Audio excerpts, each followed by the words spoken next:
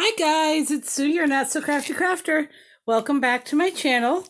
Um, this evening I'm playing with my Tombow dual brush pens that I purchased at Michael's that were on sale Saturday. And I just thought I'd share how I do my watercoloring with these types of markers and pens. I would zoom in, but I can't. So what I'll do is I'll bring it up.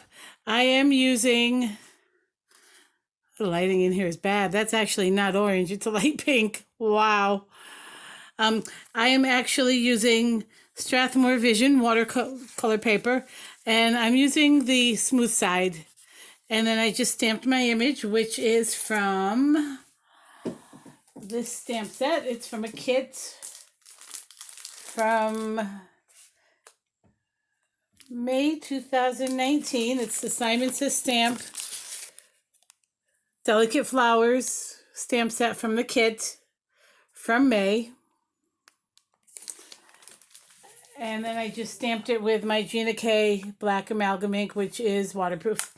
So, and I stamped it twice because it is watercolor paper. Even if I'm using the smooth side, there's still a little bit of a texture here. So basically what I do is I try to keep this as simple as possible. I'm using 2 shades of pink. I know in the camera they look almost coral or orangey. On the paper they look really orange right there, but they're not. But anyway, I figured I'd share my technique here. When I'm working with these, I like to use either a Bristol Smooth or a watercolor paper. But when using a watercolor paper, I definitely recommend doing a small area at a time and go right in with your watercolor brush and your water brush to spread the color out, because it will get absorbed into the watercolor paper quicker and you may lose the ability to spread it out. So what I do is I go with the darkest shade up against the edge of the line here, and then I'll just bring my brush and bring that color out from that dark edge, and it leaves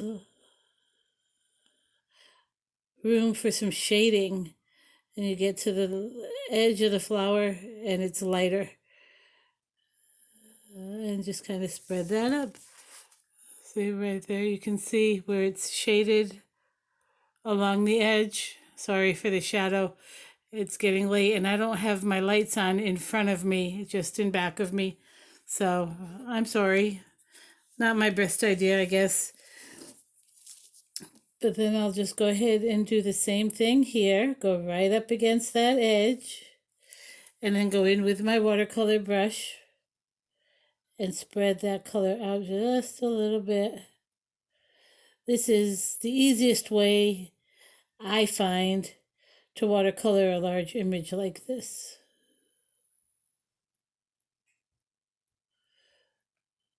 Some of my color smeared, so I'm just kind of smoothing it out here a little bit. I used 2 colors thinking it would work, but I guess they're not close enough in color. One's more of a deeper reddish purple and the other is like a corally pink, so yeah, probably not my greatest idea. And you can go in and put more on right on top of the watered area, so that's easy enough to do as well if you need to add just a little bit more color. But this is fairly easy to do.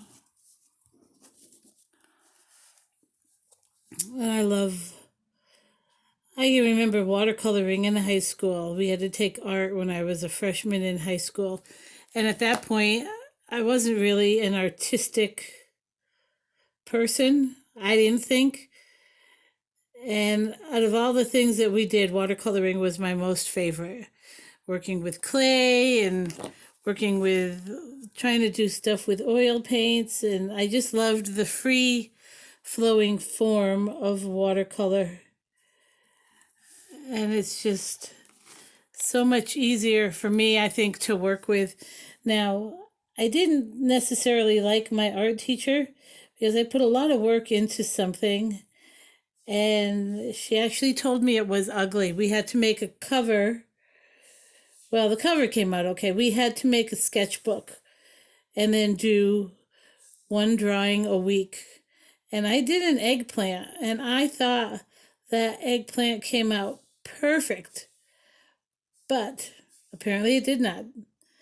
And she made me feel so horrible that I never really cared about doing anything artistic after that.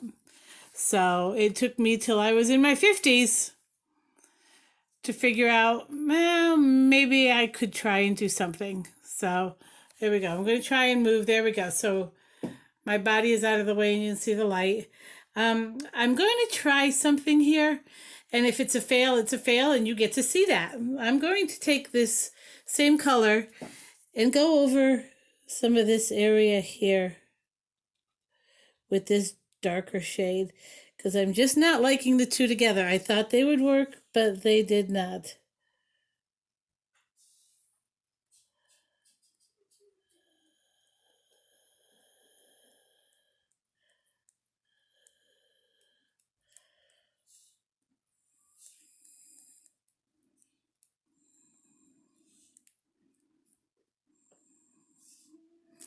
And I'm not sure I'm loving that either. Oh well. Again, this was an experiment. This is the first time I've ever used these Tombows. So like the Arteza brush pens, it's a learning curve. And that's okay. I'm all right with that.